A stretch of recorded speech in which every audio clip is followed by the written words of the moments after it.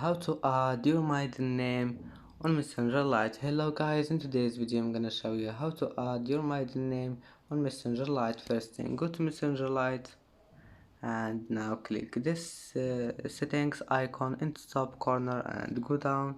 Here you will find the account settings and then this one uh, account settings and then personal information and here click name and then you will find other names here. Click on it and click nickname and select maiden name, and now just type your maiden name here, and after you add it just click save. And that's it for today's video. If you like this video, please don't forget to like and don't forget to subscribe, and thank you for watching this video until the end. See you in the next video.